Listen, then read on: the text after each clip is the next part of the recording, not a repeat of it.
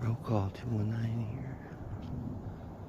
Back at the tree stand after a couple of days of gun. Coming here, there's a bunch of deer out. They're moving. I think I might have missed the first set here.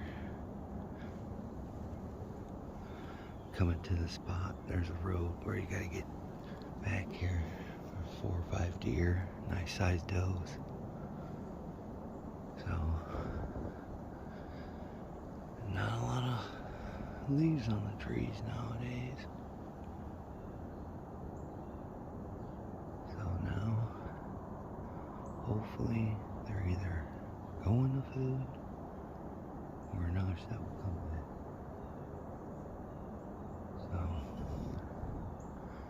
waiting game now. This is how humbling and frustrating hunting can be. You know, coming here, you know, we're seeing a lot of deer in the fields and, you know, back behind me, you know, coming into the spot. And it's like, okay, they're moving. It's a lot of does. And it's like, all right, cool. You know, we're gonna see something. Yeah. There's this hill behind me here. And the wind is kind of going that way. It's like a northwest wind. It's not bad though. I've been watching this leaf right here, right there. I've been watching that, plus using my wind checker. Well, you know, there's been a lot of squirrels, and when you hear rustling in the leaves, it kind of gets you down when you see the squirrels. But I just seen about 10 doe come here, and then I'll show you what I'm working with. So, if you can see this gap here where that little black dot is, I could see them. They look like they were going to come out to this field like they normally do, maybe go back over there to go to bedding, but they kind of turned around. They didn't blow, they didn't do anything, and a lot of them were kind of young. But I seen this 2, 3 big, like, I don't know if they were a buck or a doe, but 2 or 3 really good ones through that gap. And they kind of piddled off here, and they took off, and they went that way. And I'm telling you, man, that's frustrating. Unfortunately, they have to come over this hill. I can't go back over there. And it's frustrating. You know, if you go back to that buck video, that's where he came off of that hill back over in there.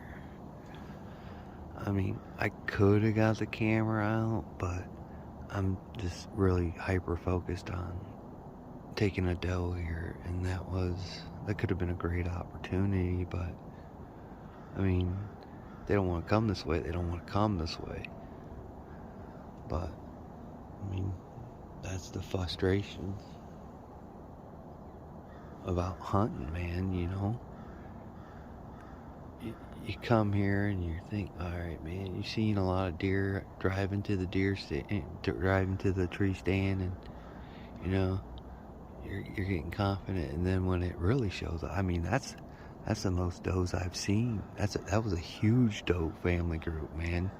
8 to 10 deer, that's huge. And he just, I don't know what it was. I don't know if there was a buck with them, kind of chasing them around, or those young yearlings are, you know, misbehaving again. But that's just a shame, man.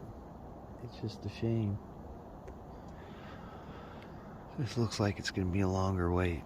So, really nice sit for the most part the last week or so. Usually it's, you know, the wind's blowing, watching trees break. But today was no wind. Got to the tree stand, legal shooting light, which is good. Even going to the tree stand, Sydney dropped me off there.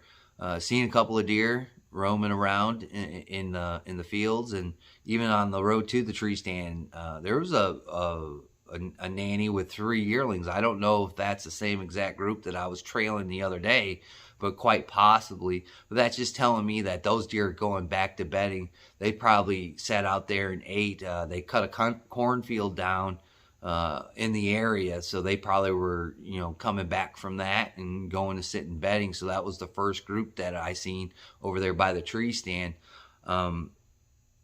The second group was like 8 to 10 deer. And I'm telling you, that was a target-rich environment. When you start looking at deer and picking the which one you hoping is going to come over there, and you get a shot on, that gives you high hopes. I didn't film it. A lot of these deer were way off into the woods. I could kind of see them, but with how grainy the camera is, if I have to zoom in for you to see stuff, because I don't have a $1,000, $8,000 camera to give you good quality video, I just kept it in my pocket and I was ready to go. I had the crossbow up. Again, the yearlings are giving up these doe groups. Look for movement. Look for movement. That's how I figured out what was going on. There was a couple of yearlings, 2 of them that come speeding out right behind me. It was a west wind, so my scent's kind of going that way. If I have a lot, hopefully I did, and hopefully I didn't have it. Because those deer were acting pretty erratically, but they were just a group of young deer. And then the big ones showed up. The bigger deer showed up, and I seen one good nanny doe. And I'm telling you, look down that area.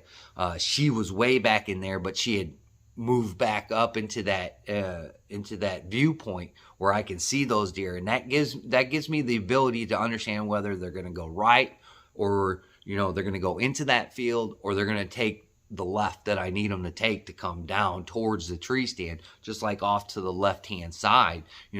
I can determine what's going to go on there. If they don't take that left off that side of the tree stand, then I know I'm not going to get a shot on them.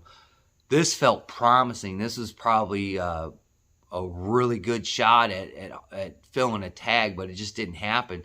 Again, I don't know if they were getting pushed by a buck, because there was a bigger deer that I seen back there.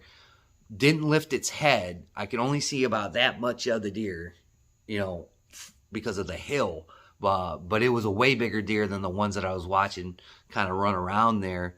So I don't know if they were getting kind of pushed by another buck. Looked at cameras. I got different bucks on there that I ain't never seen in that spot. My thought process is the second rut's going to be coming in here. These younger deer are going to start hitting their estrus cycle in the next, week or two.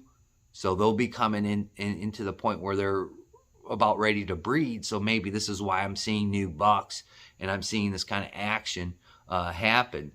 So that was an interesting thing. Again, the deer never lifted its head, and as soon as it went down behind that hill, it never emerged again. I never saw that deer again, but I did see 3 or 4 more off in the distance. Again, I can't film that.